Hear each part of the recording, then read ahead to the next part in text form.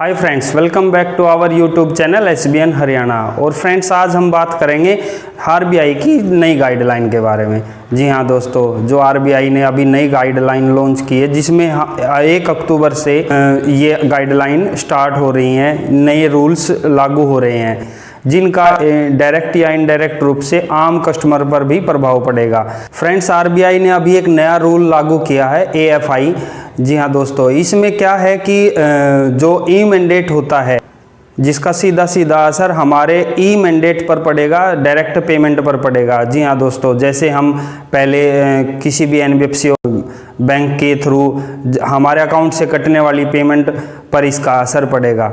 जैसे हम पहले कभी कोई लोन ले रखा है या किसी भी कंपनी का सब्सक्रिप्शन ले रखा है, तो उसमें से जो ऑटो डेबिट के थ्रू हमारे अकाउंट से पेमेंट कटती थी विदाउट किसी नोटिफिकेशन के, तो अब उस पर कंट्रोल करने के लिए RBI ने नया रूल लागू किया है, तो NBFC और बैंक पर अप्लीकेबल है। फ्रेंड्स, हम बात करें तो जैसे पहले हमारा ई मैंडेट होता था, मतलब कोई भी किस्त हमारे अकाउंट से कटती है तो वो ऑटो डेबिट के थ्रू हर महीने ड्यू डेट को अकाउंट से कट जाती थी। लेकिन अब क्या नया रूल के थ्रू क्या होगा कि जो भी हमारी ई मैंडेट से किस्तें कटती थी, जैसे आपने अमेज़ोन का, फ्लिपकार्ट का कोई सब्सक्रिप्शन ले लिया, तो वो हर महीने उसकी ड्यू डेट को बिना किसी नोटिफिकेशन के आपके अकाउंट से डेबिट कर लिए देते थे।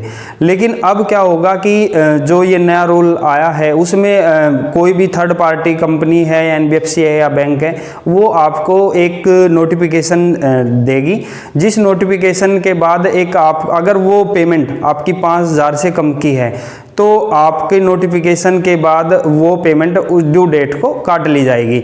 अगर वो पेमेंट आपके 5,000 रुपये से ज़्यादा की है, तो ड्यू डेट से 2 दिन पहले या 24 घंटे पहले आपको एक OTP आएगा। OTP जैसे आप डालते हो तो उसके बाद वो पेमेंट आपके अकाउंट से ऑटो डेबिट हो जाएगी।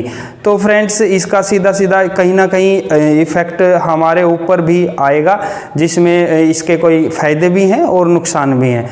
तो जैसे ये ई मैंडेट हमारा 2 तरह का होता था, एक फिक्स, एक वेरिएबल।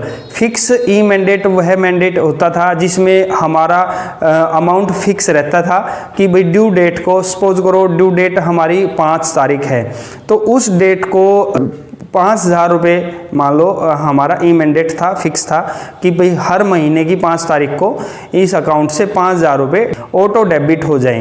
तो उसमें क्या था कि विदाउट किसी नोटिफिकेशन के या विदाउट किसी OTP के आपके अकाउंट से वो पैसा डिडक्ट कर लिया जाता था। दूसरा हमारा ई मैंडेट होता है, वो होता है वेरिएबल, जिसमें क्या होता है कि जैसे ई बिल है, पोस्ट पेड बिल है, तो इस तरह के जो भी बिल थे आपके, वो होते हैं वेरिएबल ई मैंडेट। इसमें क्या होता है कि अमाउंट ऊपर नीचे पर मंथ चलता रहता है, वो कोई फिक्स नहीं होता, तो वह होता है वेरिएबल ई मैंडेट। तो उसमें भी क्या करते थे, जो भी आपकी ड्यू डेट आती थी उस बिल की, उसमें आपका क्रेडिट कार्ड या डेबिट कार्ड जो भी आपने ऐप के अंदर सेव कर रखा है, उसमें से या ऑटो डेबिट के थ्रू काट लेते थे। लेकिन अब आगे 1 अक्टूबर से यह रूल लागू हो गया है RBI का, अब ऐसा कुछ नहीं होगा।